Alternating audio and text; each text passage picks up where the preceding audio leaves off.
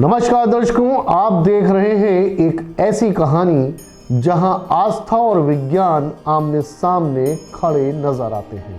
आज हम आपको लेकर चलेंगे भारत के उस पवित्र धाम में जहां हर साल लाखों श्रद्धालु पहुंचते हैं, जहां परंपरा हजारों साल पुरानी है और जहां हर घटना अपने आप में एक रहस्य है।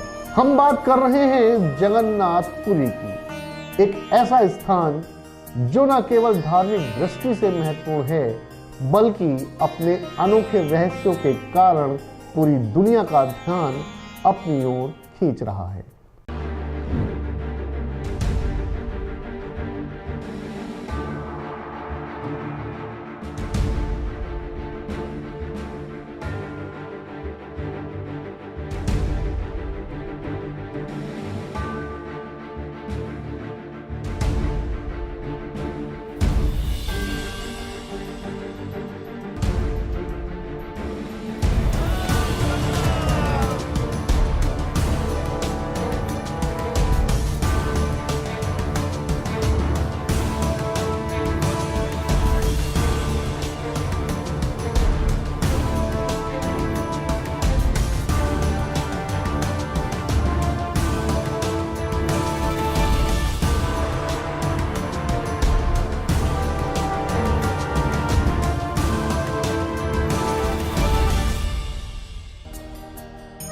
नमस्कार दर्शकों, मैं हूं आशीष जौहरी और आप देख रहे हैं आध्यात्मिक दर्पण की खास वानगी जगन्नाथपुरी के रहस्य। आज हम इसमें बात करेंगे आस्था, विज्ञान और कई अनसुलझे सवालों की। हिंदू धर्म में 4 धामों का विशेष महत्व है। बद्रीनाथ धाम, द्वारकाधीश मंदिर, रामेश्वर मंदिर और पुरी का ये धाम।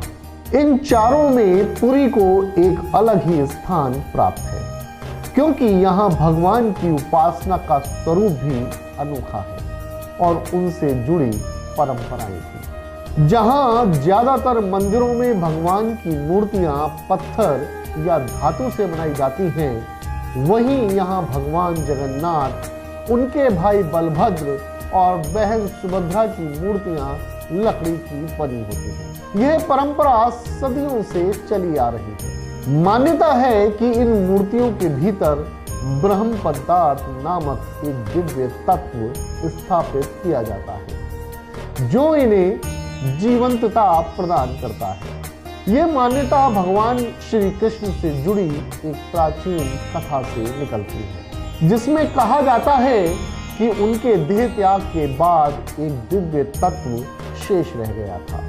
हालांकि यह पूरी तरह आस्था पर आधारित मान्यता है और इसका कोई वैज्ञानिक प्रमाण आज तक उपलब्ध नहीं है। दर्शकों, मंदिर की सबसे खास परंपराओं में से एक है नवकलेवर। हर 12 से 19 वर्षों के बीच यह अनुष्ठान किया जाता है, जिसमें भगवान की पुरानी मूर्तियों को बदलकर नई मूर्तियां स्थापित की जाती हैं। इस प्रक्रिया के दौरान ब्रह्म पदार्थ को एक मूर्ति से दूसरी मूर्ति में स्थानांतरित किया जाता है। यह अनुष्ठान अत्यंत गोपनीय होता है और आज भी प्राचीन नियमों और परंपराओं के अनुसार ही संपन्न किया जाता है। साथ ही दर्शकों, मंदिर से जुड़ी कई ऐसी बातें भी प्रचलित हैं जिन्हें लोग चमत्कार मानते हैं। जैसे कि कहा जाता है कि मंदिर का झंडा हमेशा हवा की विपरीत दिशा में लहराता है। हालांकि वैज्ञानिक दृष्टिकोण से देखें तो ये हवा के दबाव, संरचना और देखने के कोण का प्रभाव हो सकता है। इसी तरह मंदिर में बनने वाले महाप्रसाद की बात करें तो यहाँ मिट्टी के बर्तनों को एक के ऊपर एक रखकर लकड़ी की आंख पर भोजन बनाया जाता है और मान्यता है कि सबसे ऊपर रखा बर्तन सबसे पहले पकता है। इसे भी लोग चमत्कार मानते हैं, लेकिन इसके पीछे भाप और गर्मी के प्रवाह का विज्ञान भी हो सकता है। एक और लोकप्रिय मान्यता यह है कि मंदिर की छाया दिखाई नहीं देती, या यूं कहें कि मंदिर के ऊपर पक्षी नहीं उड़ते। लेकिन इन बातों को लेकर कोई ठोस वैज्ञानिक प्रमाण उपलब्ध नहीं है। अक्सर ये बातें दृष्टिकोण, पर्यावरण और स्थानीय परिस्थितियों के कारण अलग अलग तरीके से महसूस होती हैं। मंदिर के शीर्ष पर लगा सुदर्शन चक्र भी एक अद्भुत वास्तुशिल्प का उदाहरण है, जो किसी भी दिशा से देखने पर सामने ही दिखाई देता है। ये वास्तुकला और दृष्टि भ्रम का एक शानदार मेल है।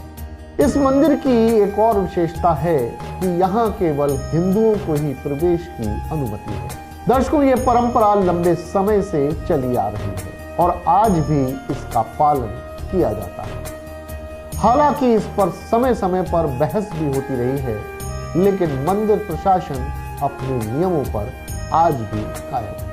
हर साल यहाँ निकलने वाली जगन्नाथ रथ यात्रा इस मंदिर की पहचान है। इस भव्य यात्रा में लाखों श्रद्धालु शामिल होते हैं और भगवान जगन्नाथ अपने भाई बहन के साथ रथ पर सवार होकर नगर का भ्रमण करते हैं। दर्शकों, ये दृश्य केवल धार्मिक नहीं बल्कि सांस्कृतिक और भावनात्मक रूप से अत्यंत प्रभावशाली होता है।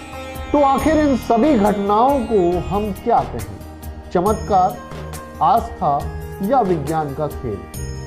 सच शायद इन तीनों के बीच ही कहीं छिपा है, क्योंकि आस्था हमें जोड़ती है, हमें विश्वास देती है, जबकि विज्ञान हमें समझने का प्रयास करता है। अब सवाल आपसे है, क्या ये रहस्य भगवान के अस्तित्व का प्रमाण है या फिर हमारी आस्था की शक्ति का परिणाम?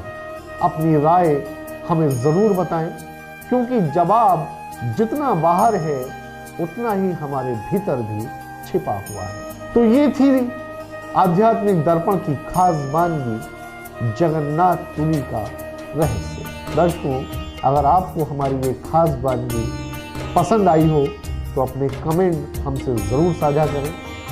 आध्यात्मिक दर्पण को लाइक करें, अपने मित्रों और परिवारजनों के साथ शेयर करें और साथ ही चैनल को सब्सक्राइब करना ना भूलें।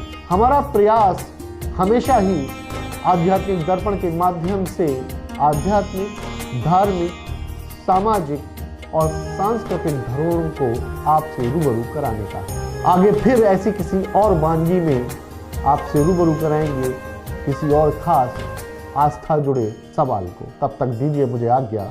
नमस्कार।